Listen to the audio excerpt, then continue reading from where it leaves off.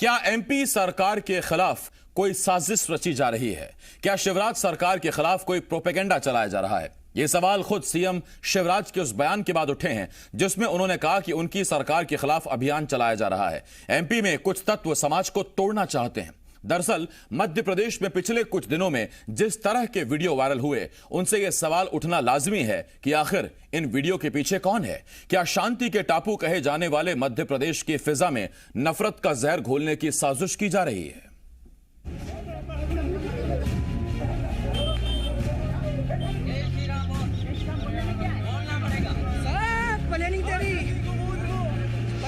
इंदौर में पहचान छिपाने और छेड़छाड़ के आरोप में चूड़ी बेचने वाले मुस्लिम युवक की पिटाई। उज्जैन में मुहर्रम के मौके पर देश विरोधी नारेबाजी। उज्जैन में ही कबाड़ बेचने वाले अब्दुल से जय श्री राम के नारे लगवाना। नीमच में चोरी के शक में पहले आदिवासी युवक को पिकअप से घसीटना और फिर पीट पीट कर मौत के घाट उतार देना। रीवा में भी चोरी के आरोप में मुस्लिम युवक की पिटाई। बीते कुछ दिन से मध्य प्रदेश में हुई इन घटनाओं से सवाल उठने लगे हैं, क्या शांति के टापू कहे जाने वाले देश के दिल में अशांति फैलाने की साजिश रची जा रही है? क्योंकि इंदौर में दंगे भड़काने की बड़ी साजिश का खुलासा होने के बाद उसके दूसरे देशों से कनेक्शन सामने आ रहे हैं। गृह मंत्री ने तो सीधा पाकिस्तान का नाम ले लिया है। गृह मंत्री का दावा है मास्टरमाइंड अल्तमस के पाकिस्तान से तार जुड़े हैं। पुलिस भी आरोपियों से बरामद सामग्री के आधार पर आरोपियों के विदेशी कनेक्शन की बात मान रही है।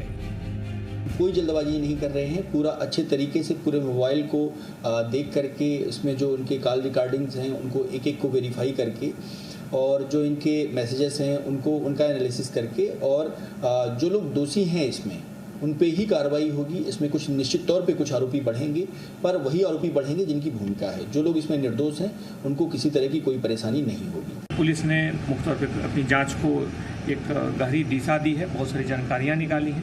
साथ ही साथ सोशल मीडिया के माध्यम से भी बहुत सारे जो मैसेज आ रहे हैं उनका भी दुरुपयोग हो रहा है। पुलिस की उन सोशल ग्रुप्स और मीडिया पर भी नज़र है और जो लोग इनका अनावश्यक दुरुपयोग करते हुए पाए जाएंगे या भ्रामक आधारहीन जानकारियों को फैलाएंगे उनके विरुद्ध भी कार्रवाई। तमाम मामलों में आरोपियों पर कार्रवाई।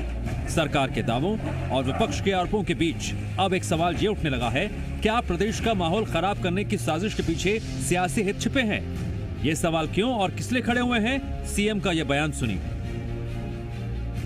क्या समाज में कई ऐसे तत्व शामिल है, कैलाश जी से भी मेरी चर्चा हो रही थी, अनेकों क्षेत्रों में जो समाज को तोड़ना चाहते हैं।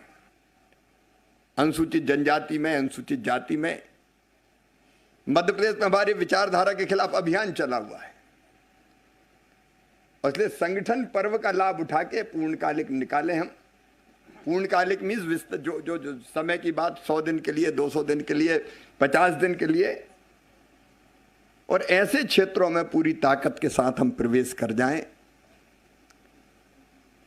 जहां हमारे विचार के खिलाफ भड़काने की कोशिश हो रही, गलतफहमी और भ्रम फैलाने की कोशिश हो रही। और हम लोगों ने चर्चा भी की है, योजनाएं भी बनाई, रोड मैप भी बनाए। सीएम शिवराज ने विरोधियों को निशाने पर लिया तो विपक्ष से भी जवाब आने में देर नहीं लगी। कांग्रेस ने इसे बीजेपी का अंदरूनी झगड़ा बता डाला। भाई अगर ये आ रही है और उनको लगता है किसी भी शक है तो गाड़ देना, टांग दें, पकड़ें। शासन प्रशासन उनका है, पूरी ताकत उनके पास, उसको उजागर करें, साफ तौर पे कहें।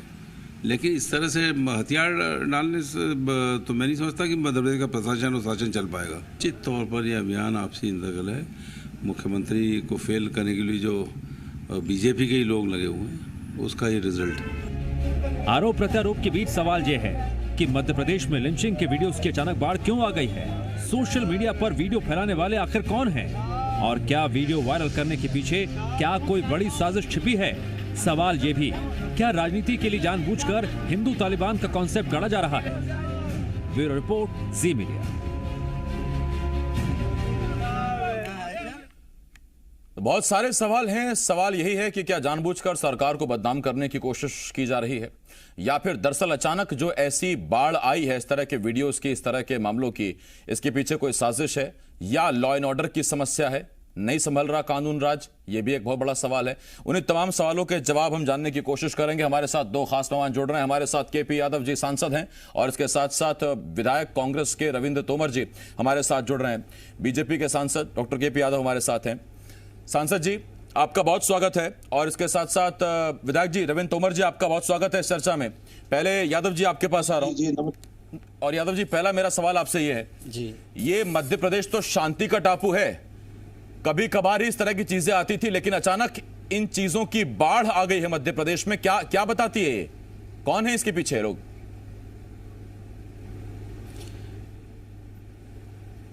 बिल्कुल, ये आप और हम सभी भली भांति जानते हैं कि इसके पीछे कौन है। पर इसके पहले मैं आज आपके माध्यम से सभी को जन्माष्टमी की बहुत बहुत शुभकामनाएं देता हूं जी। देखिए, हमारा प्रदेश एक शांति का टापू है और हमारी ईश्वर से कामना भी यही है कि ये हमेशा शांति का टापू बना रहे, क्योंकि हमारी जो परंपरा रही है या हमारी जो संस्कृति रही है वो सबको साथ लेकर चलने की है और हमें यही संस्कार मिले हैं और इन संस्कारों से ही हमने ये सीखा है कि हमें किस तरह से रहना है, कितना भाईचारे से रहना है। लेकिन आपने देखा होगा कि पिछले कुछ दिनों से राजनीतिक फायदा लेने के लिए या कांग्रेसियों के पास जमीन नहीं बची है, उनकी बौखलाहट स्पष्ट दिखाई देती है और इसी के तहत ये सब साजिशें रची जा रही हैं। मैं तो ये मानता हूं कि सिर्फ मध्य प्रदेश में ही नहीं और सिर्फ हमारे हिंदुस्तान में ही नहीं, जहां जो रहता है उस देश के प्रति उस व्यक्ति का क्या कर्तव्य होना चाहिए। हम देश को माता कहते हैं, भारत माता कहते हैं, और जहां हमारा लालन पालन होता है, हमारा पोषण होता है, हम उसके प्रति हमारा कितना आदर होना चाहिए ये हम सब जानते हैं। पर पिछले कुछ दिनों में आपने देखा होगा किस तरह के नारे लग रहे हैं, कौन उनको सपोर्ट कर रहा है, ये समझ से परे है। और जिन लोगों ने नारे लगाए उसके बाद फिर किस तरह से दंगा फैलाने की साजिश रची गई, उसमें 4 लोग पकड़े भी गए हैं। उन 4 में से एक व्यक्ति के कनेक्शन कहां से हैं, किस देश से हैं, वो सभी जानते हैं और उनका क्या मकसद है। नहीं तो आपकी छवि कौन खराब कर रहा है? कांग्रेस खराब कर रही है कि पाकिस्तान आपकी छवि खराब कर रहा है? इनकी पूरी जांच होनी चाहिए। बिल्कुल, मैं तो कहता हूं उसमें सीधे सीधे स्पष्ट दिखाई देता है कि ना सिर्फ पाकिस्तान, मैं तो कहता हूं हमारे देश के अंदर ही जो देश विरोधी ताकतें हैं वो पाकिस्तान का साथ दे रही हैं और ना सिर्फ सरकार की बल्कि देश की छवि धूमिल करने का प्रयास कर रहे हैं, जो कि निंदनीय, मैं तो इसकी बहुत ज्यादा निंदा करता हूं, घोर निंदनीय है। क्योंकि जिस देश में हम रहते हैं, जिस प्रदेश में हम रहते हैं, हमारा प्रयास होना चाहिए। देश हमें बहुत कुछ देता है, हमें देश के प्रति हमें अपने कर्तव्य पता होना चाहिए। लेकिन जहां प्रदेश की छवि धूमिल करने की बात आ रही है, जहां देश की छवि धूमिल करने की बात आ रही है, वो कृत्य सिर्फ कांग्रेस और कांग्रेस ही कर रहे हैं। नहीं तो कांग्रेस पाकिस्तान के साथ मिलकर एमपी में आपकी सरकार को बदनाम करने की कोशिश कर रही है? बिल्कुल, ना सिर्फ मध्य प्रदेश में बल्कि मैं तो ये कहूंगा कि कांग्रेस के पास कुछ भी नहीं बचा है, वह अपनी जमीन खो चुकी है। ठीक, इसलिए वो कहीं ना कहीं फूट डालो राज करो की राजनीति करती आई है और अभी भी एक नाकाम कोशिश कर रही है। मैं लौट रहा हूं सर आपके पास। कभी जो है मुस्लिम भाइयों का नाम लेकर, कभी दलितों का नाम लेकर, कभी आदिवासियों का नाम लेकर, यादव जी सिर्फ फूट डालो कुछ भी करके। यादव जी आ रहा हूं आपके पास। रविंद्र तोमर साहब बहुत देर से सुन रहे हैं आपको। नाकाम कोशिश है रविंद्र तोमर साहब। देश में बीजेपी चाहे हमारे, मैं आ रहा हूं यादव जी आता हूं आपके पास। एक मिनट, हमारे मुस्लिम भाई, सांसद जी आवाज नहीं आ रही क्या? देश में भारतीय जनता पार्टी की सरकार ने इनके लिए किया है, ये लगता है आवाज नहीं आ रही। एक मिनट यादव जी, एक मिनट। रविंद्र तोमर साहब, मेरा आपसे सवाल ये इससे बड़ा आरोप मुझे नहीं पता कि बीजेपी की तरफ से कभी लगा है कांग्रेस पर कि नहीं लगा, कि कांग्रेस पाकिस्तान के साथ मिलकर मध्य प्रदेश की छवि खराब करने की कोशिश कर रही है। मेरा तो आपसे इस चैनल के माध्यम से एक निवेदन है और भारतीय जनता पार्टी को और उनके नेताओं को सद्बुद्धि आए, इसका भी निवेदन है। मैं ये पूछ रहा हूं कि सरकार मध्य प्रदेश में भारतीय जनता पार्टी की है, मुख्यमंत्री आदरणीय शिवराज सिंह जी चौहान हैं, और मैं ये नहीं समझ पा रहा हूं कि कांग्रेस पार्टी इसमें कहां से जो है इनको जितना भी इनको दिख रहा है ये सब कांग्रेस पार्टी कर रही है।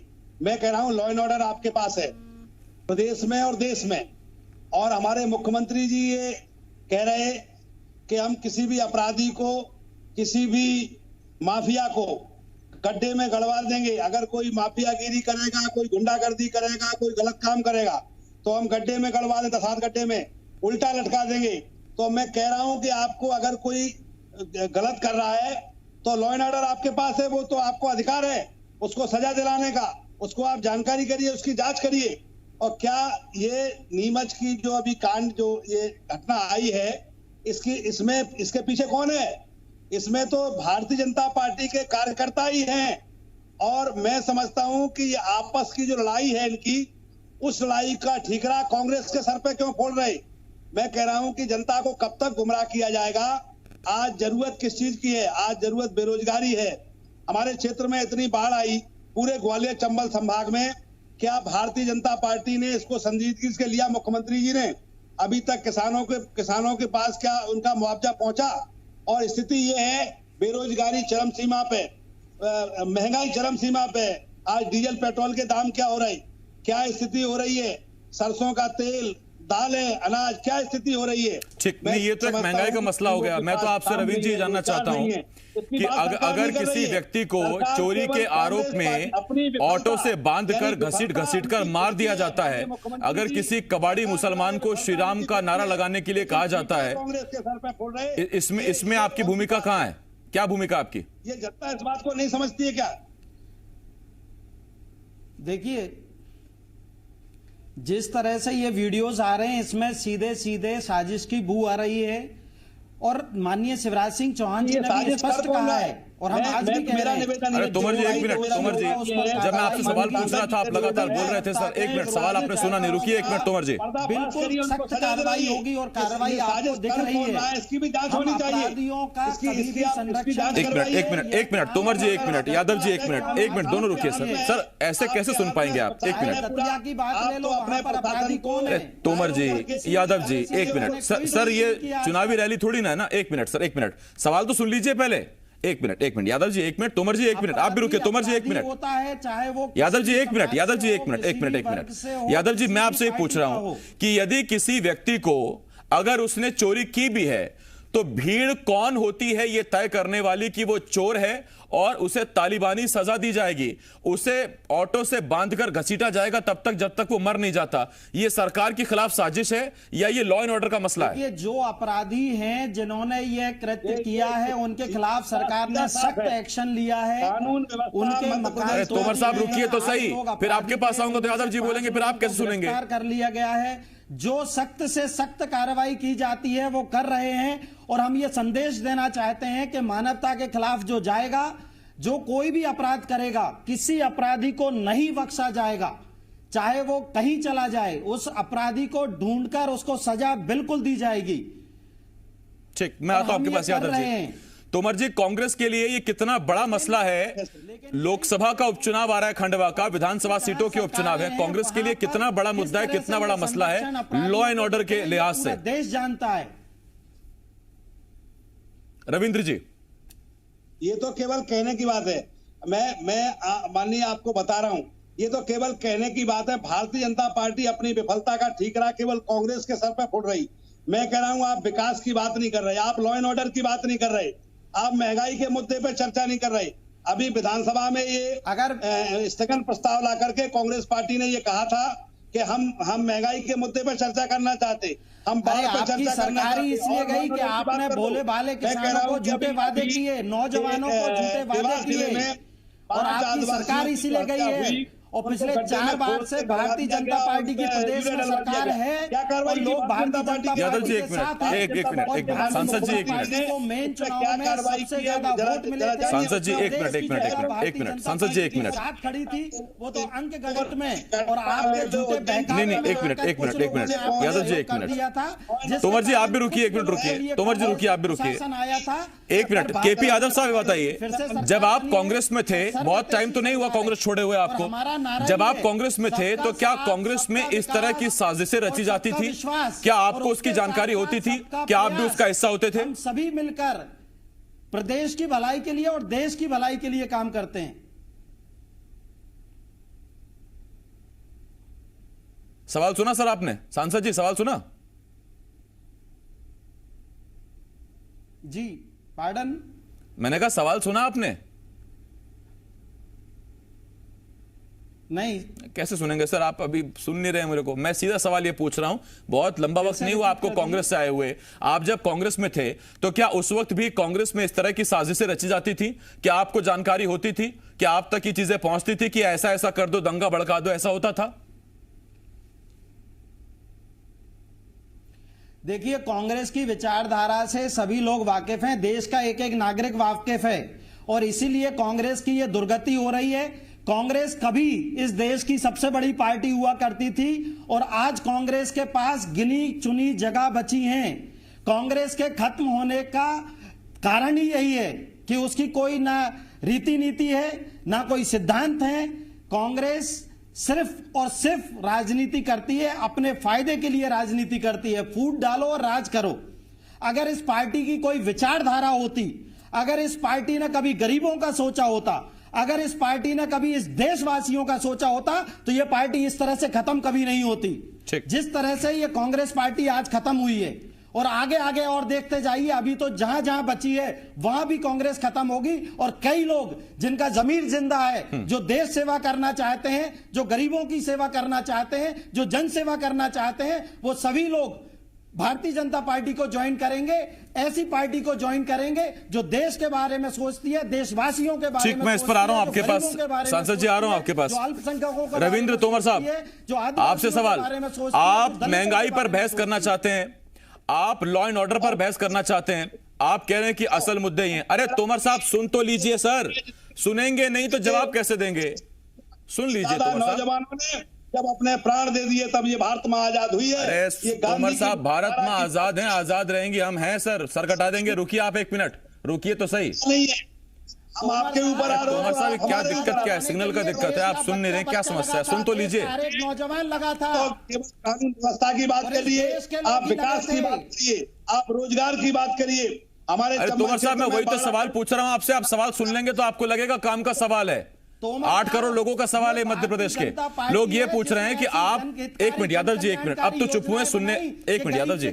तोमर साहब, आप चाहते हैं महंगाई पर बहस हो, आप चाहते हैं बेरोजगारी पर बहस हो, लेकिन उज्जैन में अगर राष्ट्र विरोधी नारे लगने लगेंगे तो फिर तो हो गया, फिर तो मुद्दे डिसाइड हो गए। फिर तो बीजेपी कहेगी कि अगर आप चाहते हैं हिंदुस्तान बना रहे, हिंदुस्तानियत बनी रहे, तो आपको वोट देना है हमें। कोई गलत कर रहा है तो उसको सजा मिलनी चाहिए। हमारी कांग्रेस पार्टी इस बात के पक्ष में है कि गलत को सजा मिलनी चाहिए, और अगर कोई गलत कर रहा है, चाहे वो किसी भी दल का, तो गलत को सजा मिलनी चाहिए। एंकर सवाल पूछ रहा है, उसको जवाब भी तो मिलना चाहिए। कहती है कि वो मुसलमानों को बहला फुसलाकर, क्योंकि उमर साहब हो गया लगता है मुझे। बहुत धन्यवाद, बहुत धन्यवाद आपका केपी यादव साहब, रविंद्र तोमर साहब, बहुत धन्यवाद आपका हमारे साथ जुड़ने के लिए। देखिए, अब विपक्ष को सुनिए। विपक्ष कहता है मुद्दे कुछ और हैं, बात कुछ और होती है। तो जब हम मुद्दे पर ला रहे हैं, सवाल पूछ रहे हैं, तो फिर वो बात करनी नहीं, फिर तो वो अलग चीजें। और एक नया एंगल निकल कर आया कि कांग्रेस पाकिस्तान के साथ मिलकर मध्य प्रदेश का आबो हवा खराब कर रही है। और जब कांग्रेस से सवाल पूछा जा रहा है कि लॉ एंड ऑर्डर कितना बड़ा मसला होगा, या कानून व्यवस्था का ये जो स्थिति है ये कितना बड़ा मसला होगा, तो उसमें फिर महंगाई, सरसों का तेल, उसमें पेट्रोल, वो चीजें बताई जा रही हैं। अब यहां यही देखना है कि जो मुख्यमंत्री ने कहा कि सरकार को, हमारी विचारधारा को चुनौती दी जा रही है, बदनाम किया जा रहा है, ऐसे में उम्मीद यही है, अपेक्षा यही है कि ऐसा अगर कोई कर रहा है तो वो जल्द जेल के सीकचों के पीछे नजर आए, क्योंकि मध्य प्रदेश शांति का टापू है और बना रहे, इसके लिए इस तरह की कार्रवाई जरूरी है।